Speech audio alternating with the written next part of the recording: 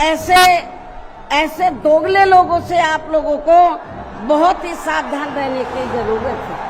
लाखों की भीड़ के सामने गुरुवार को मायावती ने मंच से समाजवादी पार्टी के मुखिया अखिलेश यादव पर खूब हमला बोला, तो दूसरी ओर भारतीय जनता पार्टी और योगी सरकार की तारीफ की।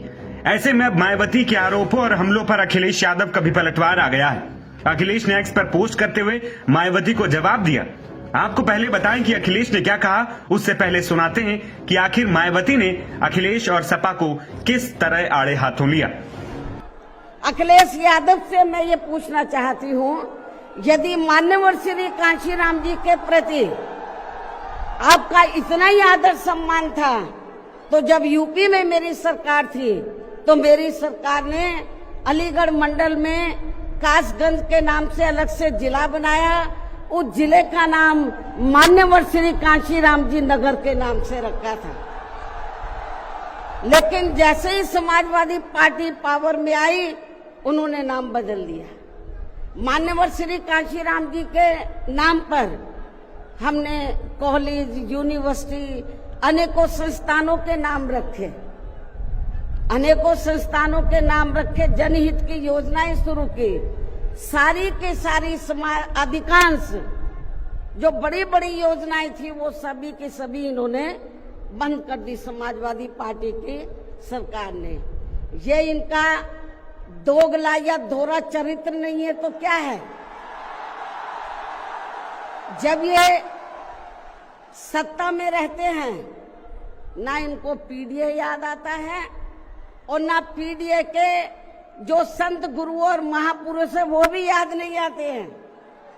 जब ये सत्ता से बाहर हो जाते हैं तब इनको हमारे संत गुरु और महापुरुष याद आते हैं।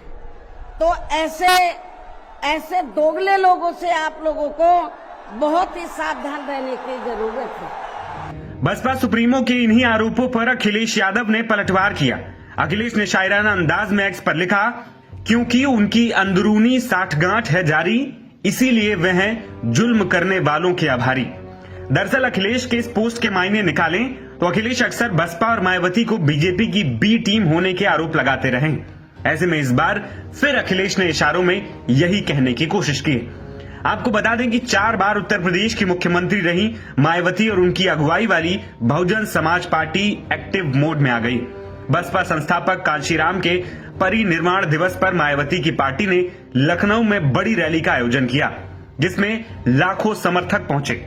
मायावती ने अपने संबोधन में आजम खान की पार्टी में शामिल होने की अफवाहों पर भी इशारों में प्रतिक्रिया दी और कहा कि मैं किसी से छिपकर मुलाकात नहीं करती हूं, खुले में मिलती हूं। इसी के साथ अखिलेश के बाद मायावती ने भी इन अफवाहों पर विराम लगा दिया। दरअसल 23 महीने जेल काटने के बाद आजम खान जमानत पर बाहर आए थे। तब से ही चर्चा थी कि सपा से नाराजगी के कारण आजम खान मायावती की पार्टी ज्वाइन कर सकते हैं। लेकिन बुधवार को आजम और अखिलेश की मुलाकात ने इन सभी अफवाहों पर विराम लगा दिया और जिस तरह से दोनों ने मुलाकात के बाद एक दूसरे की तारीफ की, उसने पुख्ता कर दिया कि आजम खान कहीं नहीं जा रहे हैं, बल्कि वो समाजवादी पार्टी के साथ ही रहेंगे। वहीं इस मुलाकात ने दोनों के बीच नाराजगी को भी खत्म किया है। वहीं अब मायावती के आरोपों पर समाजवादी पार्टी के नेता और सपा मुखिया खूब हमलावर है। नवभारत टाइम्स की रिपोर्ट।